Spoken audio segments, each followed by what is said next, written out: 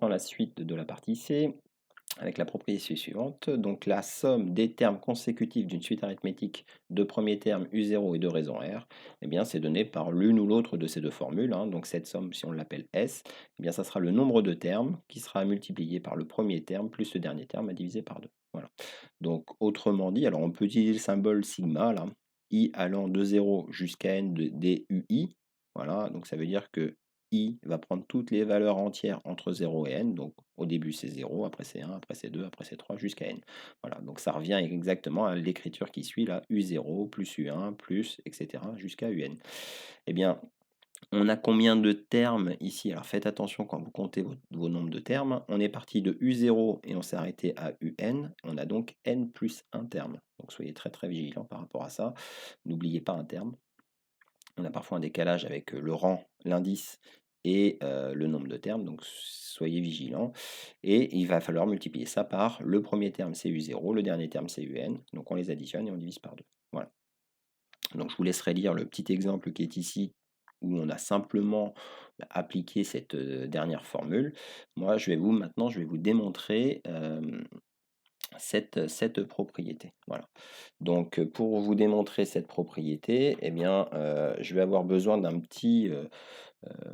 au début d'une petite propriété qui va suivre. Donc, je vais regarder ce qui se passe quand j'additionne pour ma suite arithmétique UI et UN-I.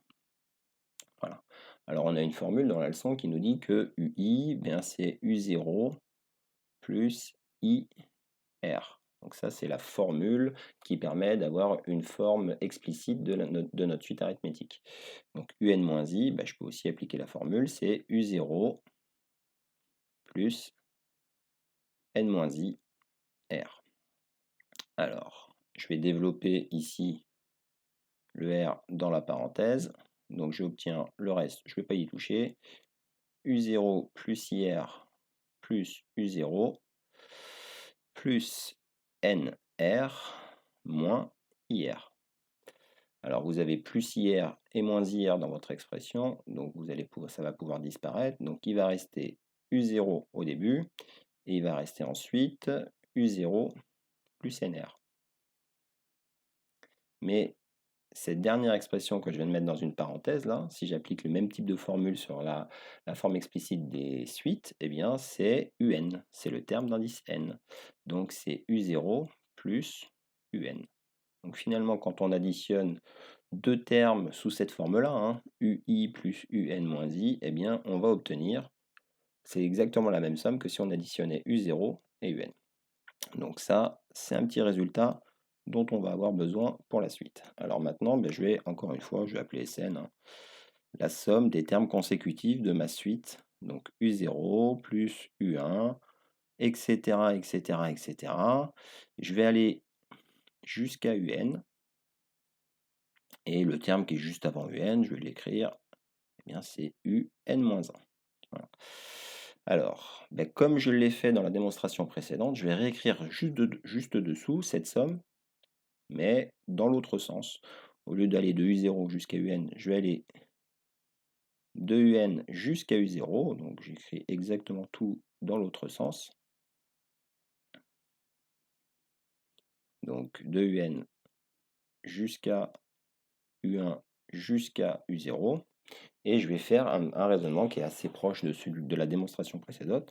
Je vais additionner ces deux expressions. Donc, ce qui va se passer d'un côté, j'additionne la somme SN avec la somme SN, j'obtiens 2 fois la somme SN.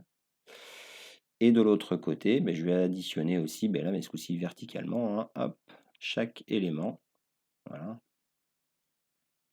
Donc cette somme, je vais la répéter autant de fois que j'aurai de termes. Donc la première somme, ça va me donner U0 plus UN. Donc ça, c'est ma première addition. Là. J'arrive sur l'addition d'à côté, j'ai U1 plus UN moins 1. J'arrive sur l'addition d'à côté, j'ai... Alors, j'en ai laissé plein de côté. J'aurai U2 plus UN-2, j'aurai U3 plus UN-3, j'aurai UI plus UN-I. Et donc, j'arrive à la fin, là, avec UN-1 en haut, U1 en bas, et pour finir, UN et U0. Voilà. Donc, si on va regarder de plus près ce qui se passe dans ces parenthèses. J'ai U0 plus UN, mais là j'ai U1 plus UN-1, et c'est là que va intervenir le petit résultat qu'on a trouvé au-dessus, là. Quand on additionne UI avec UN-I, on obtient U0 plus UN. C'est U1 plus UN-1, c'est U0 plus UN. Donc en fait, ici, on obtient, alors le début, je ne change pas, c'est ce que je voulais. Mais la deuxième parenthèse, c'est pareil que U0 plus UN, c'est le même résultat. Et puis, j'aurai à côté, j'aurai U2 plus UN-2, ça serait U0 plus UN, U3 plus UN-3, ça serait U0 plus UN, etc., etc., etc. J'ai UN-1 plus U1, c'est la même chose, mais pas dans le même ordre, mais c'est pas grave. Ça fait toujours U0 plus UN. Et puis la dernière parenthèse, c'est bien U0 plus UN qui est écrit, même si c'est pas dans le même ordre. Donc finalement, tous ces résultats-là sont tous identiques. Et encore une fois, j'ai besoin de les compter, tous ces résultats. Alors là, on fait très attention. Je suis parti de U0 du terme d'indice 0 pour aller vers UN du terme d'indice N. Alors entre 0 et N, on a N plus un terme. Faites attention à ne pas en oublier un. En fait, si vous comptez U0, c'est le premier. Donc là, on a un décalage de 1 qui se crée. Donc quand vous arriverez à N, vous serez rendu à N plus 1. Donc ici, vous avez des parenthèses, là, vous allez en avoir n plus 1 qui se répète, et comme c'est le même résultat, ça va vous donner n plus 1 multiplié par U0 plus UN. Voilà. Alors, on a presque terminé. J'ai le 2 d'un côté, j'ai trouvé que 2 fois ma somme était égale à ce résultat. Pour me débarrasser du 2, je divise par 2 de chaque côté de cette égalité, et j'obtiens que ma somme, elle est égale à n plus 1 à multiplier par U0 plus UN divisé par 2. Voilà la formule. Alors cette formule, on peut la généraliser. Je vous montre juste sa généralisation. Je ne vous l'ai pas mise dans la leçon parce que de toute façon, on peut fonctionner aussi différemment.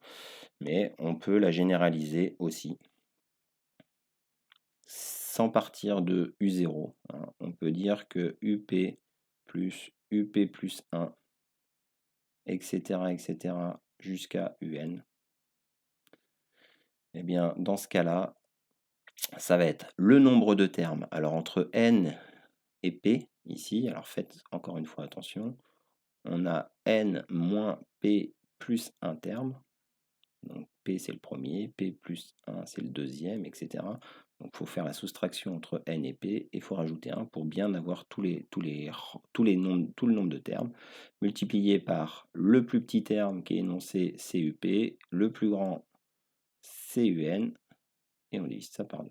Voilà, donc on peut généraliser la formule de la leçon sous cette forme-là, mais faites très très très attention quand vous comptez le nombre de termes. Voilà. Donc j'ai ici simplement utilisé la propriété qui est là, nombre de termes fois le premier plus le dernier à diviser par 2. Voilà pour cette formule sur la somme des termes d'une suite arithmétique. C'est une formule à connaître, et puis la démonstration, vous pouvez vous entraîner à essayer de la refaire parce que c'est pas très très très compliqué. À bientôt.